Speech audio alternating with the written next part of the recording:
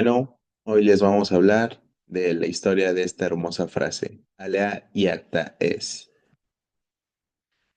Pero para entenderla debemos saber quién es el maldito fucking Julio César. Ese mano era tan alterado como el cáncer.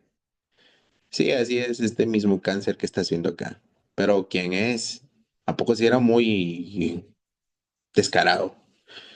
¿Y qué tiene que ver su familia con él o él con el cáncer? ¿Y por qué tenían tanto poder? ¿Estamos listos? Bueno, para entenderlo, debemos de saber que, la bella Roma, la cuna de la civilización, el centro del mundo, el único lugar donde si no eras romano, básicamente eras considerado una alfombra con patas. Pero hoy no vamos a hablar de la grandeza de Roma, sino como un tipo llamado Julio César la lió cruzando un riachuelo de mala suerte y desató una guerra civil. Julio César era un crack, un estratega, un conquistador, un tipo del ego del tamaño, con un ego del tamaño de un coliseo. Y pues el man se la pasó años cortando cabezas y sumó muchos participantes a su campaña militar. Hasta que un día los senadores se cansaron y decidieron que era hora de darle su primera funa. Y como en ese entonces la gente se creía todo, pues efectivamente lo funaron.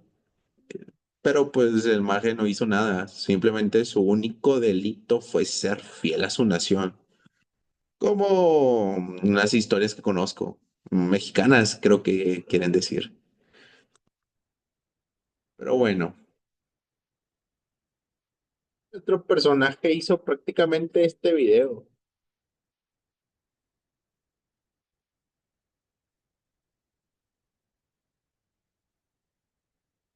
Perfecto. Y pues entonces fue cuando cruzó el río Rubicón. Y no, no habló de la camioneta, habló de este río Rubicón. Un río que, para ser sinceros, era más un charco. Pero el maje lo cruzó y desató toda una guerra. Y aquí es donde, estando al punto de cruzar el río, dijo esta frase: Alea Yacta es. Que prácticamente es un: la suerte está hecha. Y esta frase es tan poderosa como el Cruz Azul en racha. Traducida una frase mexicana de un poeta.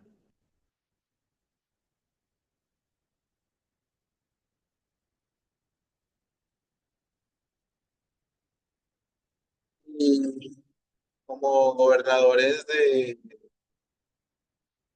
como senadores, estuvieron nervios. Hicieron una pelea como cuando a los senadores mexicanos les quieren reducir el presupuesto.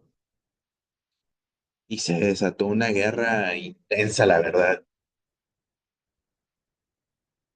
¿Cuál es el desenlace?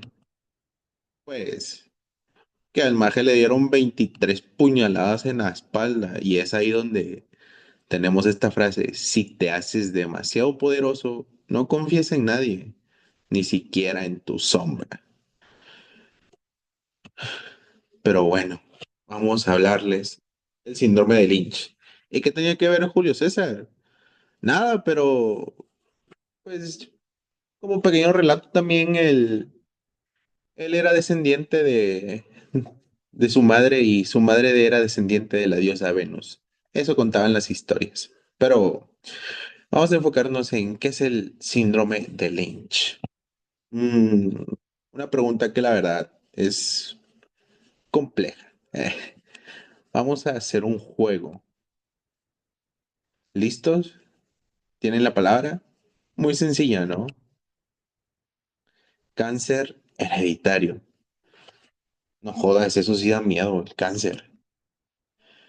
Vamos a entender que la célula, dentro de ella tenemos, pues, un núcleo y dentro de este núcleo vamos a tener cromosomas. Dentro de estos cromosomas van a estar conformados por nucleótidos y estos van a conformar a su vez todo el genoma humano. Y es ahí donde entra el síndrome de Lynch, ya que gracias a él tenemos dentro del proceso de replicación del genoma humano, hay errores muy comunes y estos genes reparadores se llaman, pues reparan estos errores para que se sinteticen de una manera correcta las proteínas para las que van a transcribir.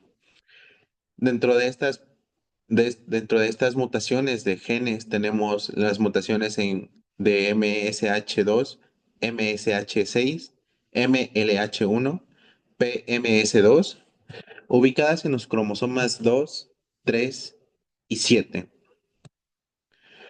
Tiene un patrón de herencia autosómico dominante con una penetrancia incompleta y pues prácticamente quiere decir que si tú presentas la mutación y tienes descendencia, tus hijos tienen el 50% de poseer la mutación. Sin embargo, eso no quiere decir que todos los que posean la mutación van a expresar un cáncer. Y es ahí donde encuentra su dificultad diagnóstica. Para entenderla mejor, debemos saber que en los procesos de secuenciación, pues hay una secuencia. Y esta secuencia, cuando se rompe, llegan estos mismos genes, reparan ese error y dan una secuenciación correcta. Sin embargo, en, en la deficiencia de estos genes reparadores, pues no se repara y hay un cúmulo de mutaciones demasiado grande y esto pues a largo plazo nos puede dar riesgo de una neoplasia. Entendámoslo así. El cáncer colorectal hereditario no poliposo, como también es llamado el síndrome de Lynch, es decir, es como el Jesús de los cánceres. Bueno, no tan religioso. Bueno, casi igual, pero pues del organismo humano. Esta secuenciación o este tipo de mutaciones de los genes reparadores da una serie de cánceres diferentes, cáncer colorectal principalmente, cáncer de endometrio y ovario, cáncer de vías urinarias, cáncer de cerebro y cáncer de próstata, entre otros tipos de cánceres primarios. Tiene una epidemiología del 2 al 3%. No son muchos si lo tenemos en cuenta, pero pues, no, esto está muy cabrón. Imagínense que una persona normal para tener cáncer de recto o cáncer colorectal, mejor dicho, es del 5%. Sin embargo, estas personas al no tener estos genes reparadores, su riesgo aumenta. Y es así que estas personas tienen un riesgo aumentado mucho mayor. Para cáncer colorectal es del 80%, para cáncer de endometrio es del 60% aproximadamente, para cáncer de ovario un 24%, para cáncer de estómago un 13% y para otros tipos de cánceres menores al 10%. Es ahí donde entra México, donde México reporta 15.000 nuevos casos anuales de cáncer colorectal al año. De estos cánceres colorectales detectados al año, el 1 al 3% se asocian al síndrome de Lynch. Dentro de unos pequeños datitos que tenemos es que el cáncer colorectal va a ser difícil de diagnosticar por una morfología plana y un periodo de malignización menor a 3 años. El cáncer de endometrio y ovario, por su parte, tienen una edad media de presentación de 49 años y muy probablemente el tratamiento a utilizar sea una cirugía profiláctica. Para cáncer de vías urinarias, en hombres por mutación va a ser de MSH2 y el tamizaje lo vamos a empezar entre los 30 a 35 años de edad. Para cáncer de estómago, pues la mayoría va a estar relacionado con células intestinales, aunque también se encuentra relacionado con el Helicobacter pylori. Y es ahí donde comprendemos todas estas mutaciones. Y comienzan los procesos de malignización. Cáncer colorectal, cáncer de endometrio y ovario, cáncer de próstata y cáncer cerebral. Y también tenemos síntomas, ¿por qué no?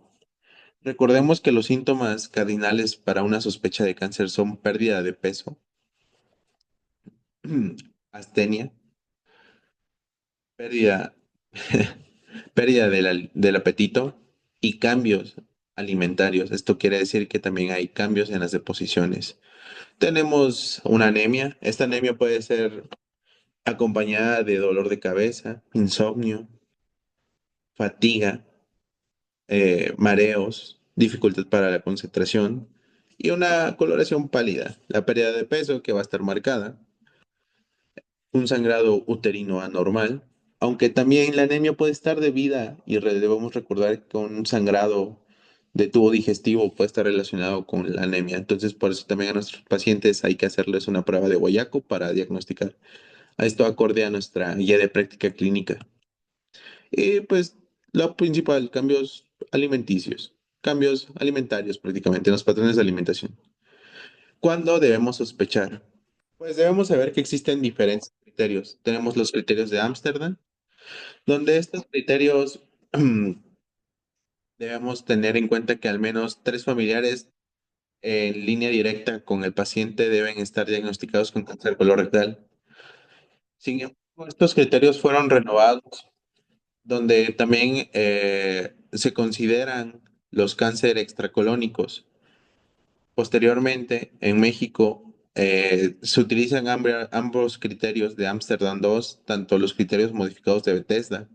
Sin embargo, se tiene una preferencia por los criterios modificados de Bethesda. Y son los siguientes. Pero entonces, ¿cómo vamos a estudiar a nuestro cáncer? Vamos a ver que hay dos tipos de estudios. Estudios del tumor y estudios genéticos. Los estudios del tumor, por su parte, tenemos a la inestabilidad de microsatélites, que estos van a ser errores de repeticiones y variación entre las células. Pues prácticamente vamos a saber dónde se encuentra el error. Sin embargo, la inmunohistoquímica, por su parte, va a cumplir un papel muy importante, ya que gracias a esas tinciones, para estas proteínas que van a estar presentes en cada uno y que van a ser de un color distinto para cada célula mutada, nos van a poner o nos van a dar la pauta para proceder con los estudios genéticos. Y dentro de estos estudios genéticos, pues debemos tener antecedentes heredofamiliares positivos y una aparte de la prueba inmunohistoquímica positiva. Es así que tenemos un diagnóstico confirmatorio que nos va a ayudar a su tratamiento y seguimiento, además de ayudarnos a la prevención familiar. Y todos tenemos todas las pruebas. También debemos establecer un diagnóstico diferencial con el síndrome de Lynch-like, el cáncer colorectal familiar, la poliposis adenomatosa familiar, la poliposis adenomatosa familiar atenuada, la poliposis asociada al gen MUTYH, los síndromes de poliposis hamartomatosa, entre otros tipos de síndromes asociados, como puede ser el síndrome de Li-Fraumeni, que pues prácticamente la diferencia es la edad de presentación.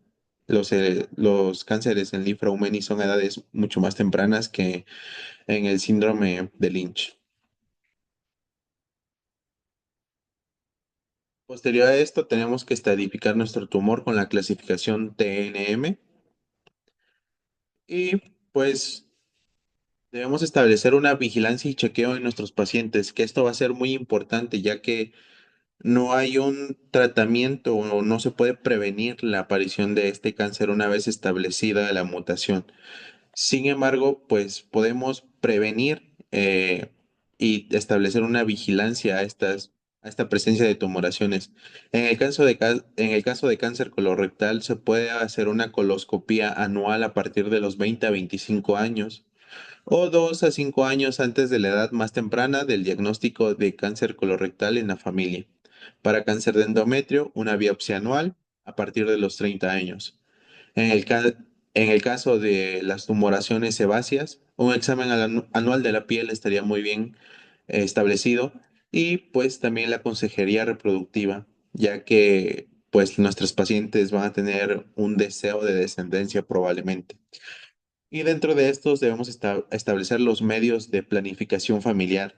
que podría ser la gestación espontánea, el diagnóstico genético preimplantación, la donación de gametos, un diagnóstico prenatal, como podría ser la amniocentesis, o en su dado caso la adopción, que también es muy válida.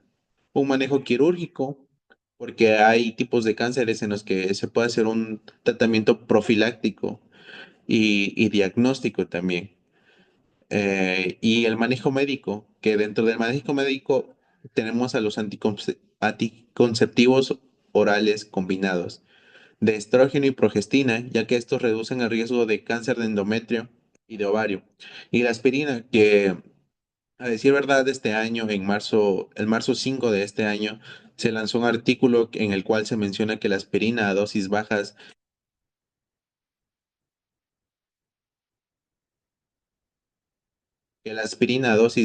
puede reducir el riesgo de cáncer colorectal y el riesgo de metástasis, dando así una nueva pauta para la prevención y el manejo farmacológico del cáncer.